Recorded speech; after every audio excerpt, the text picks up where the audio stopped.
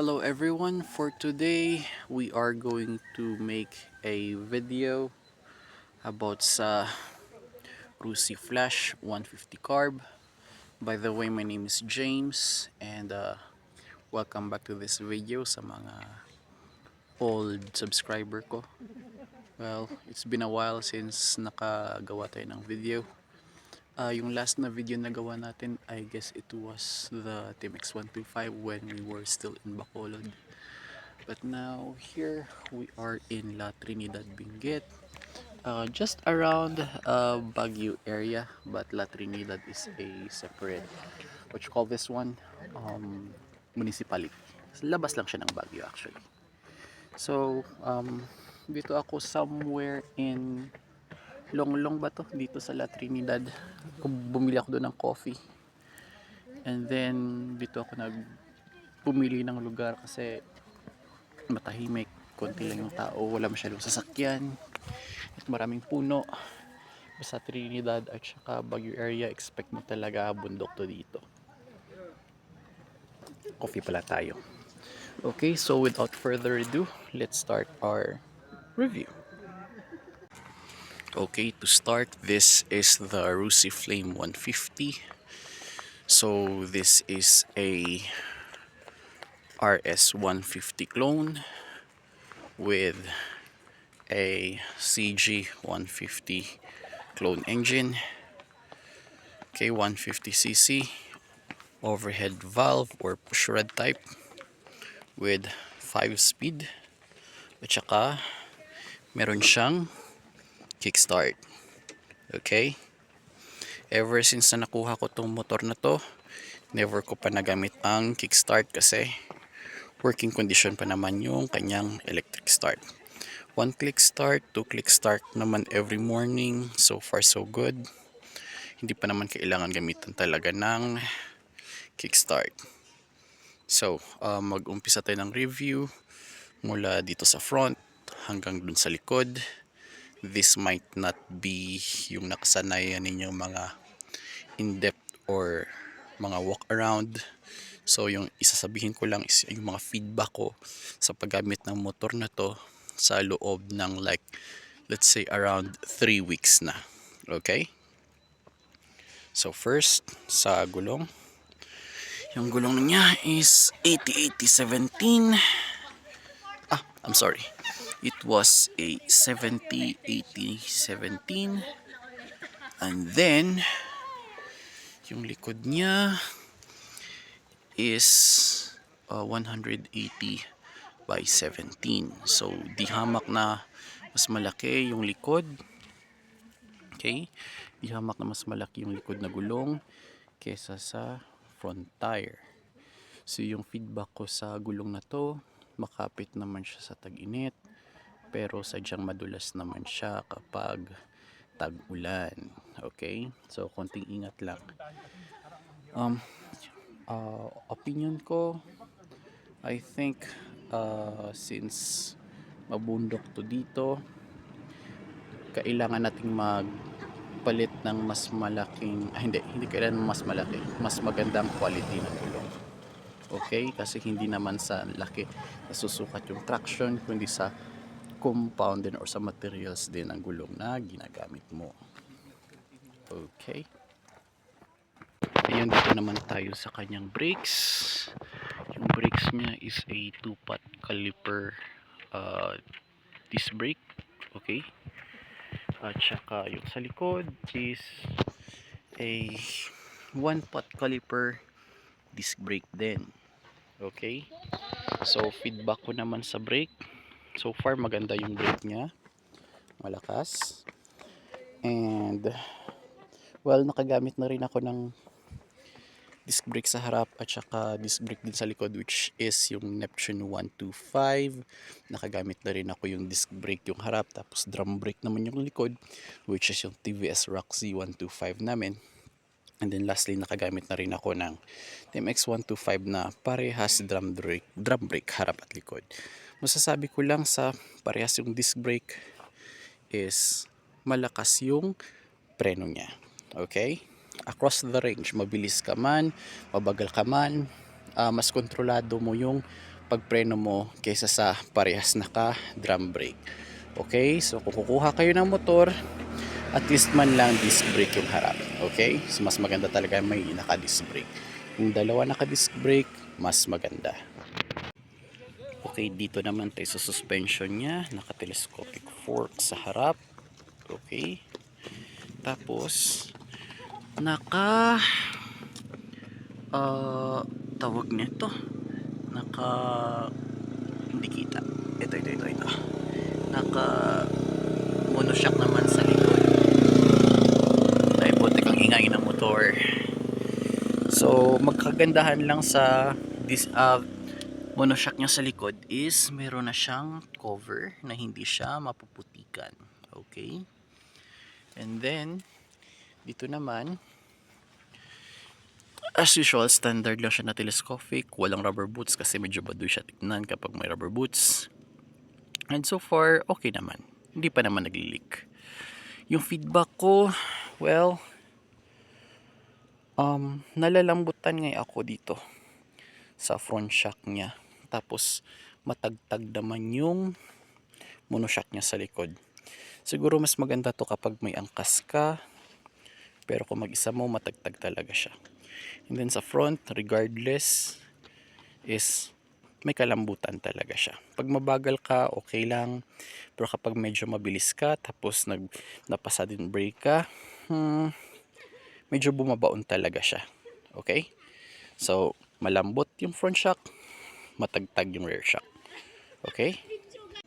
Okay, usapang ergonomics naman tayo. Yung hawakan niya, medyo may katigasan, pero okay lang. Makapit naman. Hindi mo naman kailangan magpalit talaga, unless na lang kung maselan ka, mag-gloves ka na lang. Okay? So makapit siya pero may katigasan yung grip. Yung position mo nakasubsob, para kang naka RS 150 or naka Raider 150. Yun yung feeling. So far malambot naman yung upuan. Tapos dito makapal na din. Di hamak na mas makapal siya kaysa sa Neptune. Pero may parang bukol din siya dito na parang katulad sa Neptune. Alright. So medyo pasubsob katulad ng RS150 at Raider 150. Yun yung posisyon niya. At saka yung kwan pala, yung apakan mo is hindi siya nakakabit directly sa makina. Kaya hindi mo kakainin lahat ng vibration. Okay, so nakalihis. And then ito din kagandahan dito is andito yung kwan niya, yung foot peg. So wala dito, hindi siya nakakonect somehow sa makina. Nakakabit siya sa chassis katulad ng Raider at saka ng RS150. Okay, ano pa ba about sa comfort?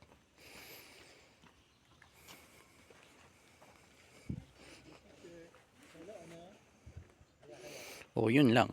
Medyo na-experience ko medyo mahirap mahirap sumakay ng motor. Height ko is 5'7". Kung mas mababa ka pa kisa sa akin, you find this one more challenging. Kung mababa ka pa sa 5'6", good luck na lang. I will not recommend this motorcycle para sa 5'5 and below. Okay? Unless if magda-downsize tayo ng gulong ng 80-80-17. Okay? So ano pa? Ano pa masasabi natin about sa comfort or ergonomics ng motor na to? So far, yun pala. Total, usapang ergonomics naman kapag umaabot ng around malapit na nasa 6,000 RPM, since this is a pushrod engine, mararamdaman mo talaga yung vibration, especially dito sa handlebar. Okay? Although less yung vibration sa foot peg, pero malakas yung vibration sa handlebar. Hindi ko pa na-try mag-angkas, kaya wala pa akong feedback sa vibration sa angkas. Pag meron akong angkas in the future na makatry, let's create another review na lang. Okay? So ano pa ba? If there's nothing else about ergonomics, let's try na lang to move on sa another topic. Alright, re-reviewin naman natin yung underseat compartment niya. Alam kong alam nyo na to, pero gusto ko lang tawag nito, ipakita sa inyo at saka sabihin din kung ano yung feedback ko. Okay, so andito yung tangke, andito naman yung air cleaner or yung airbox niya at saka yung air filter na sa loob. Yung kagandahan lang sa air filter nga is andito yung mga screw. So kung mag-change oil ka, ipalinis mo na lang din yung airbox mo. Oo, kasi ang dali lang tanggalin. Okay? Tapos yung tangke nito, as per spec sa sinasabi ng iba, nasa 5 up to 5.5 liters. However, on my experience, well, hindi ko naman to na empty. Pero every week, nagpa-full tank ako ng 2.5 liters hanggang 3 liters each week. So, yan yung capacity ng tangke or yan yung nakukonsumo ko out sa capacity ng tangke. Yun lang, nothing much. Okay, so yung mga rubber dito na nagpo-protect sa plastic dito. Okay, kapag nakupo. And then, meron ding nilagkayan ng ito. Kapag nagka-oil spill ng gasolina, magdi-drain siya dito. Okay na, pasok ng tubig, magdi-drain na siya dito. Alright? Okay, about ergonomics pala. Ito yung grab bar niya. So, yung grab bar niya is, feeling ko aluminum ito, nakabalot ng rubber. Okay? So, nakabalot siya ng rubber na aluminum. Or, correct me if I'm wrong. Alright? Additional pala sa underseat compartment, meron pala siyang helmet hook. Okay? Na pwede kang maglagay ng helmet. So, kung hindi naman mamahalin yung helmet mo, pwede mo lang din naman ilagay sa motor at saka iwan kung saan siya nakapark. So, dalawa yan, kabilaan, at saka made of bakal siya. Hindi siya made of plastic kaya medyo matibay din.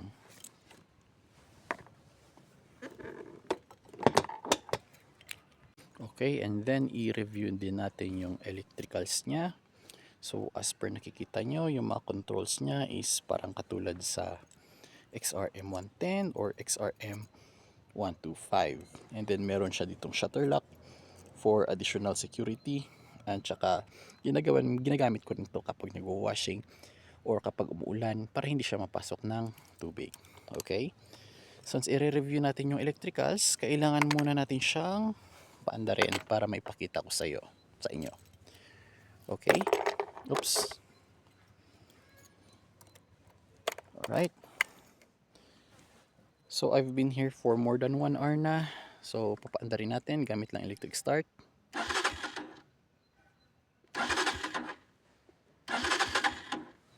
Bigyan natin ng konting gasolina.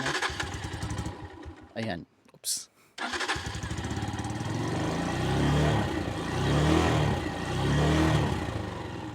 Ganito talaga dito.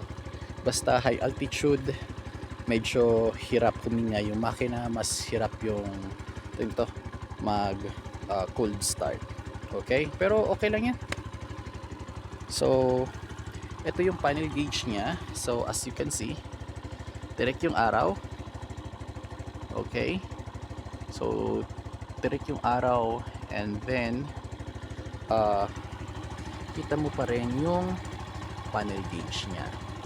Alright, so merong RPM, fuel gauge, at saka trip meter. Yung odometer makikita mo pala before mo siya paandarin. Ulit, off muna natin. Yan. Yan, ganyan siya kapag pinaandar. Tumakbo pa lang siya ng 339 kilometers. Okay? So, gear indicator, ano pa? RPM gauge, fuel gauge which is somehow accurate naman. Pinapakita dito is kalahati na yung nagamit ko which is somehow accurate kasi yung nagagamit ko na gasolina per week is 2.5 hanggang 3 liters. Tapos yung tangke na to is 5 hanggang 5.5 liter. So somehow accurate naman. Merong Rusi logo dito, hanggang 12,000 RPM, pero yung red line niya hanggang 10,000 RPM lang. Same sa TMX 125. So paandarin ulit natin. O yan, basta umandar na siya, paandar na lang siya, okay? So papakita ko muna sa inyo yung signal light niya. So kahit tirik yung araw, kitang-kita yung signal light. Ganito din, kabilaan. Okay, tapos on natin yung headlight. Ayan. By the way, meron pa siyang park light, which somehow maliwanag din. Kita naman, kahit tirik. Pero hindi ko masyadong ginagamit. Okay, so yun yung headlight. Kita naman kahit tirik yung araw, pero maliwanag naman siya sa gabi. Alright. Yung review ko lang pala sa headlight nito is wala siyang high beam. Okay? Wala siyang high beam. Meron lang siyang dalawang low beam. Okay? So kapag naka low beam, isang low beam lang yung aandar. Pero kapag sinet mo naman siya, may on mo yung high beam, dalawang low beam lang yung aandar. So low beam pa rin siya, liliwanag lang. Okay?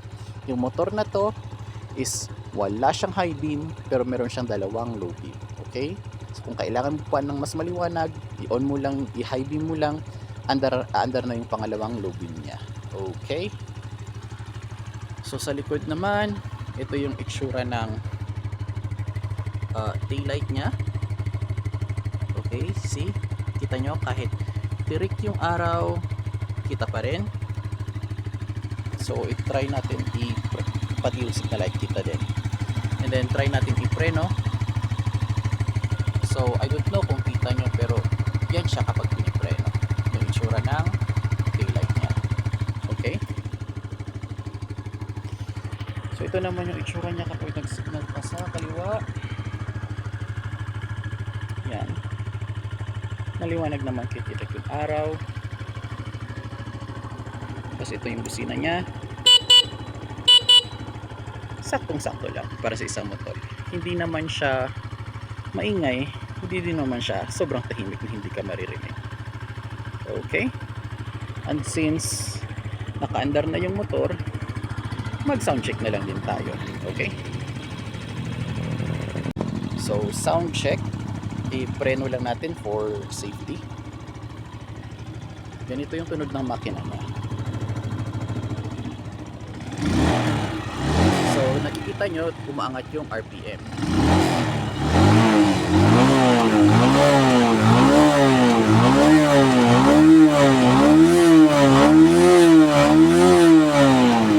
Ayan. Kaya naman pala mag 10,000 RPM. Pero as push rod kasi tawag nito, mabagal umangat yung RPM niya. Kaya medyo matagal before niya abutin yung 10,000 RPM. Okay? Okay, by the way, before ko makalimutan is yun, declutch pala siya. So fully manual, 5 speed. Okay, 1 down, 4 up. So idadagdag ko na lang mamaya. Tapos usapang putik naman. Okay, so maganda naman yung performance ng mudguard niya. Nasasalo naman yung mga putik, especially dito. Okay, dito siya tumatama sa fender. Tapos konti lang naman nakakalabas mula sa sa mudguard niya sa harap. At saka nami-minimize yung putik na napupunta sa makina. Kaya kung ayaw nyo magkaputik agad yung makina nyo, huwag nyo na tong tanggalin yung fender. At saka huwag nyo rin tanggalin yung front mudguard. As well as dito sa likod, maganda din yung mudguard niya sa likod, mahaba, singhaba ng RS150 at singhaba ng Raider 150. I will discourage everyone na mag underneath kasi especially sa tag-ulan, magmumukha lang kayong kawawa. Pogi nga ng motor nyo, kawawa naman yung rider, especially yung angkas kapag napuputikan. So that's it. Stay stuck. Stock is good. And that's it. Dagdag ko na lang din pala about sa review sa makina. Kapag uminit siya, mainit talaga siya. I don't know kung sadyang mainit lang ba talaga yung makina ng Rusi, katulad ng Neptune 125, or on under break-in period pa kasi. Kaya hindi pa ganun ka-tolerable yung kanyang init. Okay? So, after mo siyang i-off, lalo-lalo na pagbago pa, mangangamoy kwan talaga siya. Mangangamoy plastic or parang may nasusunog na ewan, basta nangangamoy something, may nasusunog, or basta nangangamoy sunog na plastic talaga siya, or nasusunog na pintura. Sabi nila nasa tambucho daw yon, pero I don't know. Sabi nila mawawala lang din daw after 2 to 3 months. So hopefully soon mawala na rin yung angot ng makina niya after mong i-off, para hindi naman nakakahiya sa parking. And then yung kagandahan pa pala, nakuha ko ito as repo. And imagine repo ha, pero ganun pa lang yung kilometer na tinakbo niya. So nakuha ko to sa repo, tapos meron na siyang plaka. I highly recommend kumuha ng bagong registered. I think 2025 ata yon na approve, na yung mga bago is tatagal na siya ng 3 years. So ito, tatagal na rin siya up to 3 years yung registration. Okay, so isasali ko na lang din yung opinion ko about sa sticker na to. Ang nakalagay dito, first change oil is 500 kilometers, which is I do agree, kasi i-drain mo yung mga ribaba mula sa factory, yung mga metal sediments na natanggal after break-in.